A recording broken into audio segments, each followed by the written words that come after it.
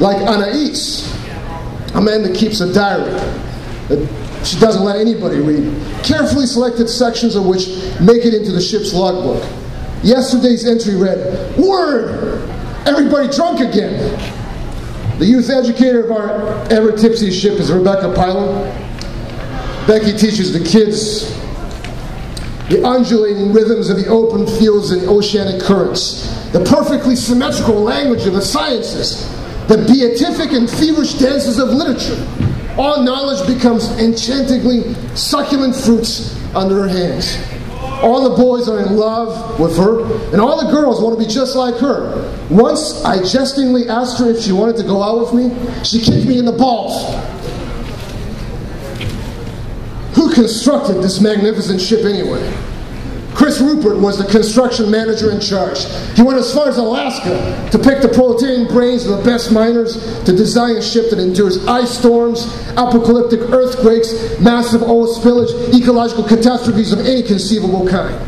Chris is also a good friend of Jack Sparrow, a Kraken-fighting pirate trainer who became a pirate when Lord Cutler Beckett torched his ship, Wicked Wench, for his refusal to transport slaves. When we party, like every night on our ship, Eric Saliba croons and DJs for us. He also did the ship's interior design, sending us into frenzy, dancing and singing that rocks our deck into a delirious dance floor to end all dance floors. Once he did a rendition of Britney Spears' Stronger that made our imperialist enemy ship stop trying to blow us up into smithereen. It made them dance like a coke out of Elvis to pelvis. Although the next morning they start shooting again, Eric's song did make us stronger, and we captured their misbegotten booty. A gypsy ex-trucker and the rock-solid conscience of our ship. James St. Cyr keeps reminding us that we're fighting and waiting for a radical reason. To steal from the cruel rich and give it to the accursed poor. He says, fight honorably but never kill. In all times, come together like a band of brothers and sisters and treat everybody with the respect he or she deserves. We listen to him because he studied with outlaws, like the grandfather who rode with Billy the Kid and Pretty Boy Floyd. Brittany Straub runs the ship's daycare center. She treats each child as an equal of her inimitably gentle style of earthly Madonna, bringing out the best untapped potential, swirling in the embryonic design of their character and intellect.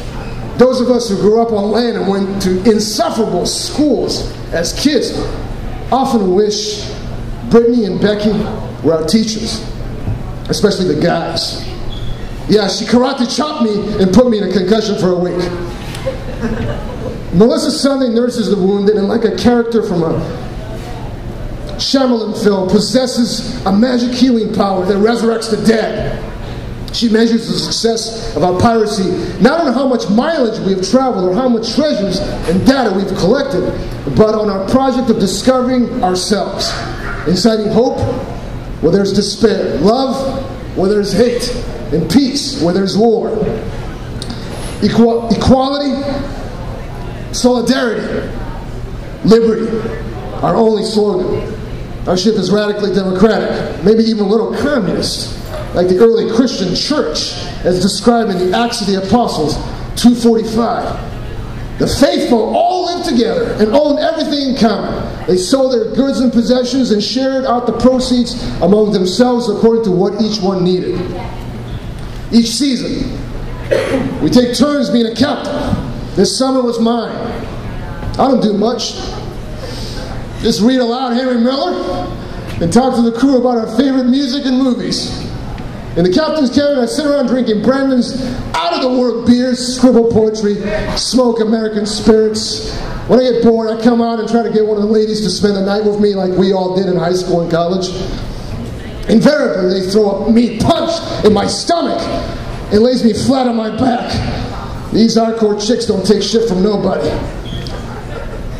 Next time we stop in Okinawa, I'm going to ask David's ex to teach me a few moves to defend myself.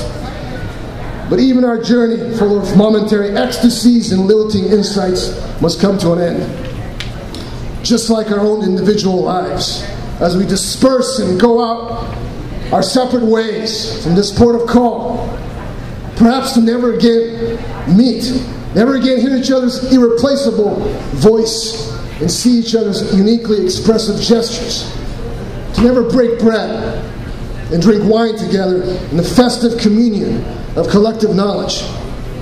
We have committed the irreversible act.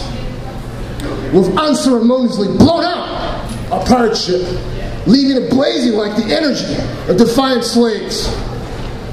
We have walked onto land in search of new reasons to live, to die, to help others rebuild new ships after we're gone. Don't look back. Thank you.